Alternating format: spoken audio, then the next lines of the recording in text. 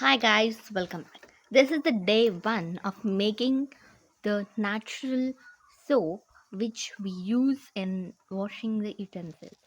So ನಾವು ಯಾವತ್ತೂ use ಮಾಡೋ ಪ್ಲೇಟ್ಸ್ ಬೌಲ್ಸ್ ಸ್ಪೂನ್ ಎಲ್ಲ ಯೂಸ್ ಮಾಡ್ತೇವಲ್ಲ. ಸೊ ಆ ಇದನ್ನು ತೊಳಿಲಿಕ್ಕೆ we are using chemicals. So ಆ ಕೆಮಿಕಲ್ಸನ್ನೇ ನಾವು ತಿನ್ನೋದು. ಅದಕ್ಕೆ ನಾವು ಆ ಕೆಮಿಕಲ್ಸಿಂದ ಎಷ್ಟು ನಮ್ಮ ದೇಹಕ್ಕೆ ಇದಾಗ್ತದೆ ಅಂತ ಗೊತ್ತಿಲ್ಲ.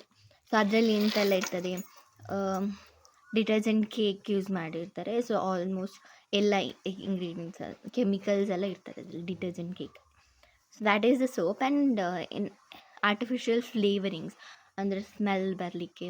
ಈಗ ಲೆಮನ್ ಇದಾದರೆ ಇಲ್ಲದಿದ್ದರೆ ಬೇರೆ ಯಾವುದಾದ್ರೂ ಸ್ಮೆಲ್ ಇದ್ದರೆ ಅದನ್ನೆಲ್ಲ ಯೂಸ್ ಮಾಡ್ತಾರೆ.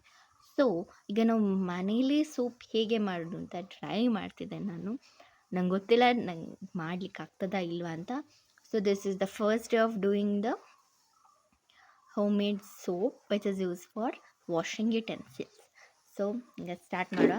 ಸೊ ಫಸ್ಟಿಗೆ ನಾನು ಒಂದು ಚಿಪ್ಪಿ ತಗೊಂಡಿದ್ದೀನಿ. ಈ ಚಿಪ್ಪಿ ಮತ್ತು ಇದು ತೆಂಗಿನಕಾಯಿ ಪೌಡರನ್ನು ಬೊಂಜ ಅಂತ ಹೇಳ್ತಾರೆ ತುಳುವಲ್ಲಿ.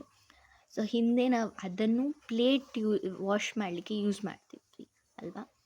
ಸೊ ಅದರಿಂದ ಸೂಪ್ ಮಾಡೋದು ಹೇಗೆ ಅಂತ ಈಗ ನಾವು ನೋಡುವ. ಸೊ ಫಸ್ಟಿಗೆ ಇದನ್ನು ಬೊಂಜ ಮಾಡುವ, ಬೆಂಕಿಲ್ಲ ಹಾಕಿ do it. So as you can O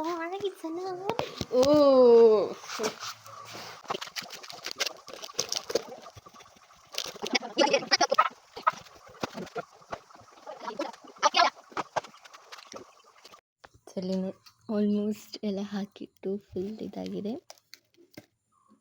so ಇದು ಫುಲ್ ನಾಳೆ ಬೂದಿಯಾಗಿರ್ತದೆ.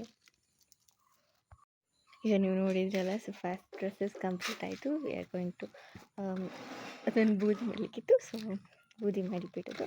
ನೆಕ್ಸ್ಟ್ ಸೆಕೆಂಡ್ ಪ್ರೊಸೆಸ್ ಡಿ 2 ಅಲ್ಲಿ ನೋಡ. ಸೊ ಅಲ್ಲಿ ತನಕ thank you for watching. Bye.